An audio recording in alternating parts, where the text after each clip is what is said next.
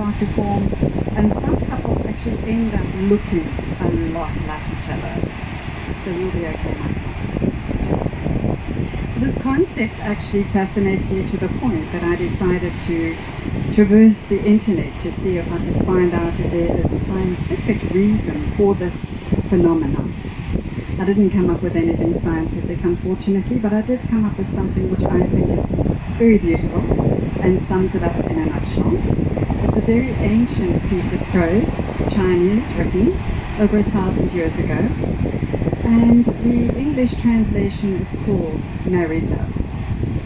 And it reads, "You and I have so much love that it burns like a fire in which we bake a lump of clay, mold it into a figure of you and a figure of me. Then we take both of them, break the pieces apart, mix the pieces with water, and mold it there, a figure of you and a figure of me. I am in your clay, you are in my clay." And today, Michael and Anel, you give each other your hands, your hearts, and your clay. You also today receive an amazing gift, and that is the love of each other, the hand and the heart of each other. So this is the union of two individuals in body, heart, mind and spirit. Therefore marriage should not be entered into lightly, but honestly, reverently and deliberately. And it is this union that the two of you now come to be joined. So I'd like you to face each other, give each other your right hand. I don't know why, but that's what the law says, because we are going to make it legal. Okay. So before you are legally joined in matrimony, it is my duty to remind you of the solemn and binding nature of the steps you're about to make.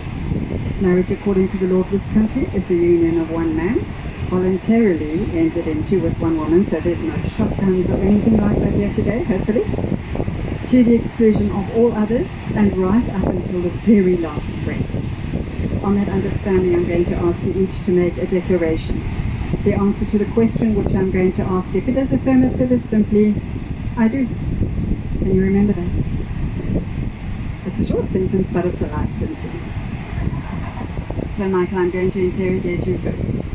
Do you, Michael, declare, as far as you know, there's no lawful impediment to your marriage to Anel over there, I'm pointing, so you know who you're marrying here today, and that you call upon everybody present to witness that you take Anel as your lawful wife?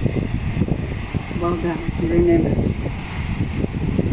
Anel, do you declare that as far as you know, there's no lawful impediment to your marriage to Michael right over there, and that you call upon everybody present to witness that you take Michael as your lawful husband? Okay. So the person who stands before you today is going to be your spouse. He will look to you for love, for support, encouragement, virtually everything when you think about it. May you never ever take each other for granted, and may you stand by each other for good or for ill. The vows that you make and receive today should be taken to heart, because that's exactly what marriage and commitment is all about. So, Michael, in taking Anel as your wife, will you love her, comfort her, honor and protect her, and forsaking all others, be faithful to her till death do you part? You will. That's good. And do you choose Anel to be your wife, to love, support, and respect her in her successes as well as her failures, to care for her in sickness and in health, to be faithful and honest in every way, to nurture her, to grow with her throughout the seasons of your lives together? Anel, in taking Michael as your husband, will you love him, comfort him, honor and protect him, and forsaking all others, be faithful to him till death do you part? And do you choose Michael to be your husband, to love, support and respect him in his successes as well as his failures, to care for him in sickness and in health, to be faithful and honest in every way, to nurture him and to grow with him throughout the seasons of your life together? Oh, that's really good. Okay, so then moving on to the rings. May I have the rings, please?